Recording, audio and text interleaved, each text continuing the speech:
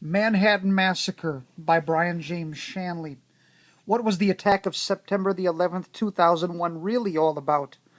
Do you have the courage to read the truth? World War III has already begun and we aren't even aware of it. Dr. Robert A. Morey, 2002. Preface. I'll never forget the first time I knew that there was a problem here in America. It was either in late 1990 or early 1991, and I was in my 8th grade classroom at Mariah Sanford Junior High School in Minneapolis, Minnesota. I didn't care about religion at all yet back then, and was just beginning to take an interest in politics and current issues. Studying world events was an exciting thing to me. America had sent military troops over to Saudi Arabia to come against Saddam Hussein's forces of Iraq. All I knew at that time, and I was just a 14-year-old boy, was that it was about freeing Kuwait from a sicko. That was the extent of my knowledge of Operation Desert Shield, later going on to be called Operation Desert Storm.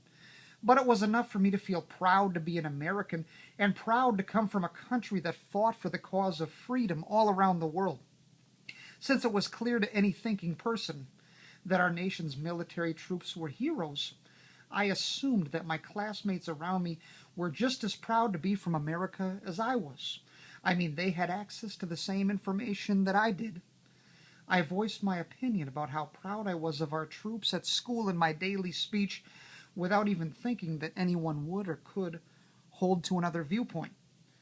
My excitement and patriotism, however, were soon met with opposition by some of my fellow students at lunch hour. One of the kids at the lunch table was American born, but saw Muammar Gaddafi as his hero. He said he wanted to grow up to be just like him. Another of the kids at my table was not American born, but had actually come from a country somewhere in either East Africa or the Middle East. He disagreed with me and said that America was not heroic, but arrogant. He saw us as bullies. I shortly thereafter suggested that if he did not like it here, he should return to wherever he came from. I don't know whatever became of these two guys after junior high. I never saw them again after that school year. Minneapolis was a diverse city, even back then. There was a great variety of people that made up our student body, and about the issue of the war in Iraq, there was no shortage of opinions. I was not surprised to hear a variety of opinions, suggestions, and thoughts about the war, but I was shocked to hear the high amount of anti-American sentiment that was in the air at my school. Most people who came out and openly expressed hatred for our nation were immigrants who had been here for only a short amount of time. But there were also some who had been born in America and lived here for their whole lives, as had several generations of their family before them. Their professed anti-American stances I chalked up to ignorance, bad home training, public school indoctrination, and having an overall bad life up to that point, about which they were angry. People of this mindset were usually very bitter individuals. But this problem of having guests in our country and citizens of our country who hated it while living here simultaneously really became visible for me one day in a classroom. We were discussing the war in Iraq, and patriotism was the minority view among the students. The majority of the kids alongside me were against the war and had some problem or another with our country in general. Some were actually pulling for Saddam Hussein in Iraq to win the war and defeat the United States of America. I was disgusted. After things got too irrational and the teacher had lost all control of the classroom, my mind began to wander. I stared out the classroom window at the street outside. I thought about the future. Every motivational speaker that came to our school auditorium was constantly reminding us that we were America's future. I wondered if the adults who were calling us the future knew what kind of kids they were saying that to. Did they know as they stood up on stage and addressed us how much anger was being taught to some of us at home and right here by some of our own teachers? Did these people know how much anti-American sentiment was sitting right at their feet? Did they even care? Probably not. I read a magazine article in our school library later on that month and learned that my school was not alone in producing kids like this. My city, Minneapolis, Minnesota, was not the only major American city with this problem in it. There were people like this in many large cities all over our country. The underground pro Iraq and the anti American view was bigger than I had first feared and more far spread, especially in cities with a large number of immigrants who had arrived from the Middle East. Our country was sitting on a time bomb. More people who thought like this and hated our country were arriving here onto our very soil every month. They were not turned away or even questioned, even if they were coming over from a country that was notorious and well known all over the world for their hatred of America. Their individual backgrounds were not investigated thoroughly, and they were welcomed with open arms. Many were even given government money such as welfare to live on as they got their new life started here. Yet, since I was going to school alongside them, I got to hear firsthand how many of them had anger towards our country. What was going to happen if they became too large numerically and too powerful financially inside of our country one day? I thought it was a bunch of politically confused immigrants or maybe a few Americans who just didn't know America's whole story correctly. What I did not know back then was that all of these people shared a common bond, a certain religious world and life view that was informing their views of politics and world events. I did not know that this style of thinking, in which America is seen as some bully that's slapping around smaller and less powerful countries, was actually implanted by the clergy people and leaders of an evil religion. All I knew was that for some reason, America was home to a growing number of people who hated it, and they all seemed to be in my town at that time, to find fanatical nuts who wanted our country to crumble. I no longer had to turn on the evening news and see a reporter interviewing a terrorist dictator on the other side of the world. I merely had to leave home and walk the streets of my neighborhood. I simply had to show up to school and have a conversation with certain classmates or, off the record, certain faculty members of the public school system. It was easy to see that if more and more people of this mindset showed up every day continually, and if more and more Americans trained their kids to think this way at home, or allowed them to receive this at their local school, in the future this movement would present a major problem to our country. It was at this time that I first knew that there was a national threat of some kind right here in America from within. There was a ticking time bomb on our very own streets, and I could see it. It was in the air. This was back in 1991. Even back then, I could tell that whatever this issue was, if not dealt with, if left alone, if ignored, it hurt us in a big way one day. 10 years later, this problem, having been left totally ignored and having been allowed to grow tremendously, came back to haunt us as a nation. While Christian churches were interested in building coffee shops instead of evangelizing the Muslim neighborhoods in their city, our nation was infiltrated by people under the influence of a false and evil concept of God. While our Congress and our Senate was busy passing laws about building bigger sports stadiums, our country was being set up. While our government-run public educational institutions and workplaces in the business world were shoving postmodern diversity teachings down our throats, room was being made at the table in everybody's minds for systems of belief and thought whose goal was to overthrow our own government. We as a country dropped the ball totally for an entire decade, making it easier for haters of our nation to move into place and prepare for a strike against us. One might even go so far as to call our leaders and teachers enablers and therefore indirect participants. The anti-American sentiment that I had seen in seed form as a kid had bloomed into a black rose of evil and destruction. Those who hated our country were done talking and were done spreading their message verbally, It was now the time for action in 2001, and they acted by carrying out one of the most vile acts possible, the mass murder of innocent people. The news tells us that it was just a bunch of fanatics. The attack was a one-time deal that will never happen again. All we have to do is invade Afghanistan, find the problem people, and take them out. All we have to do then is go to a second war with Iraq, and this time force a regime change from Saddam Hussein to something else, and nobody knows what exactly that something else is supposed to be. But the truth is much deeper, and the solution is much more complex than that.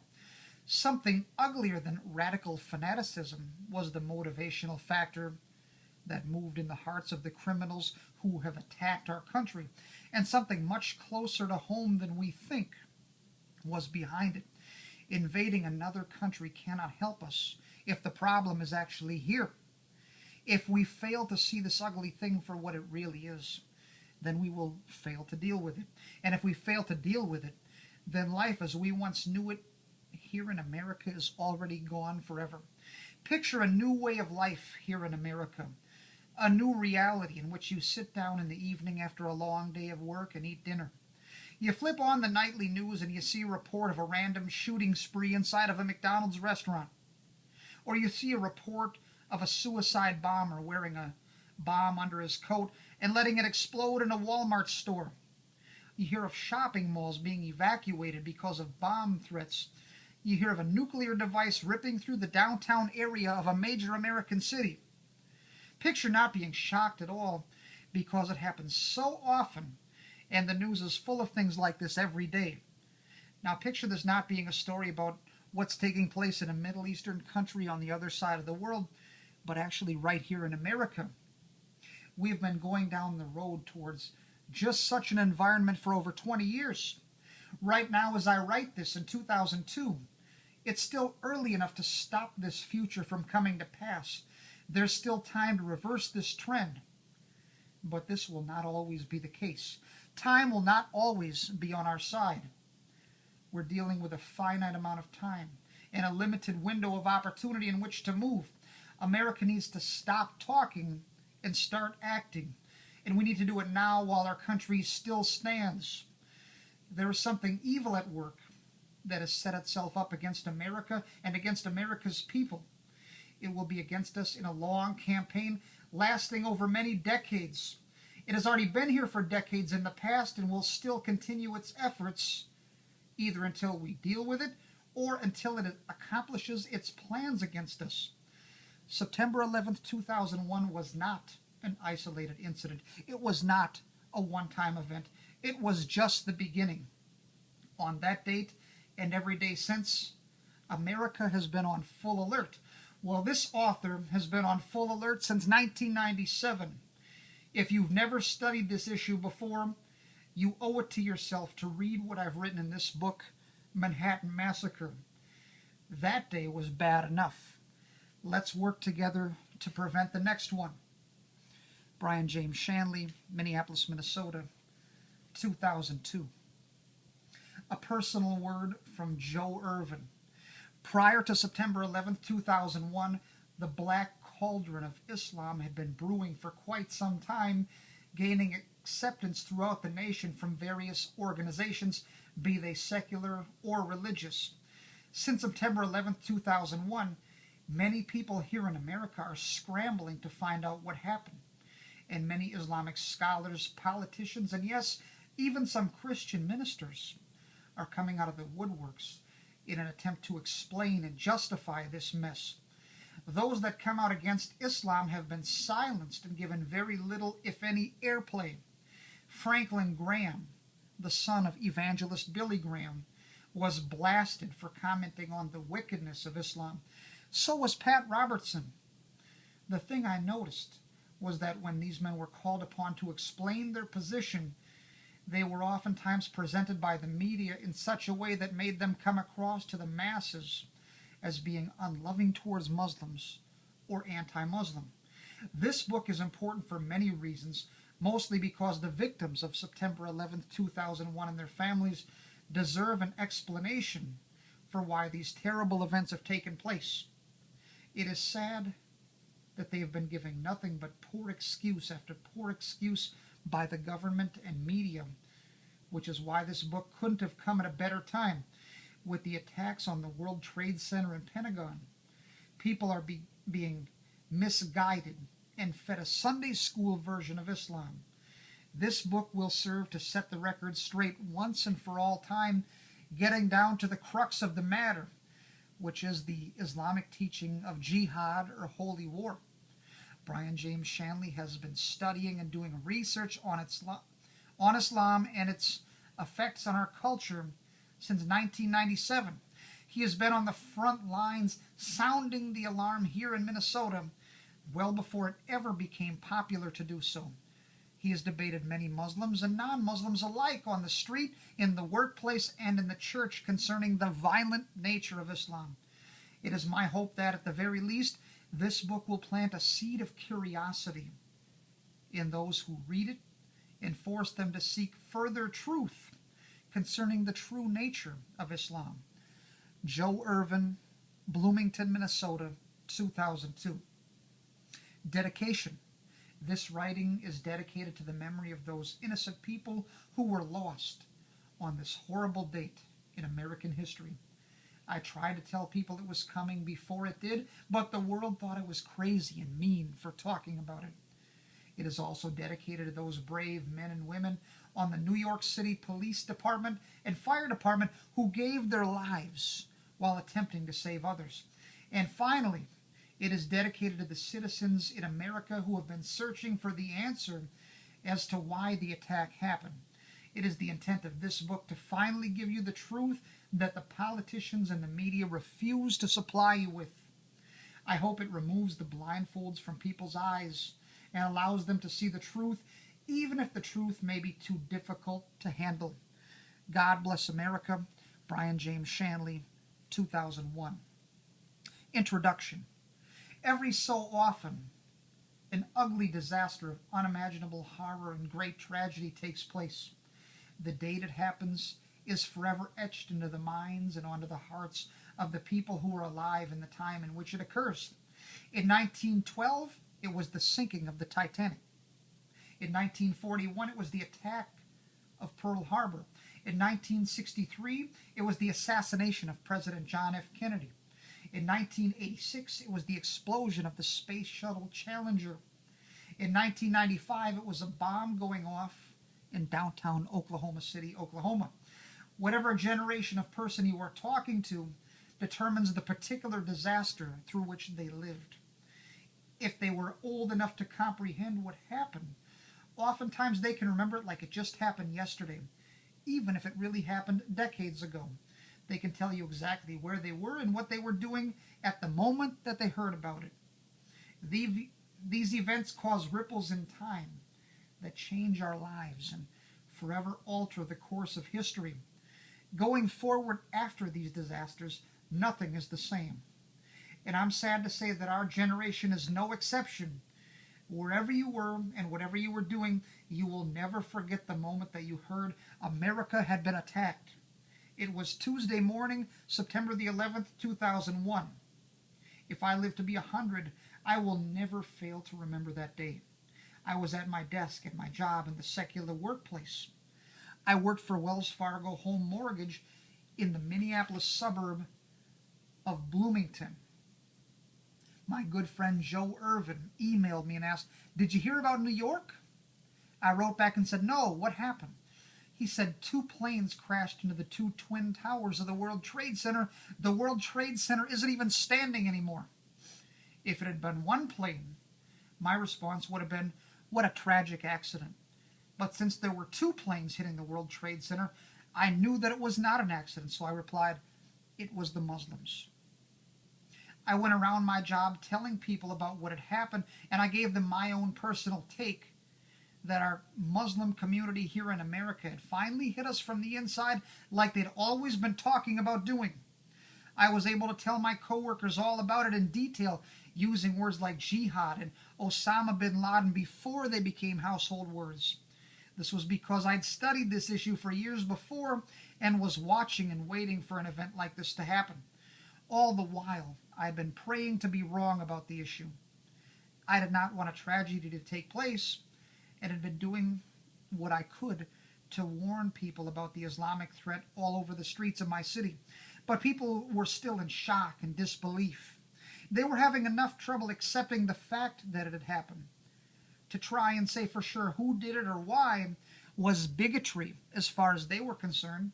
To some, I was a jerk who was finger pointing at a particular group because I must have some personal problem against the people that make up that group. But to those who had known me for a while before the attack, it was very familiar. It was the fulfillment of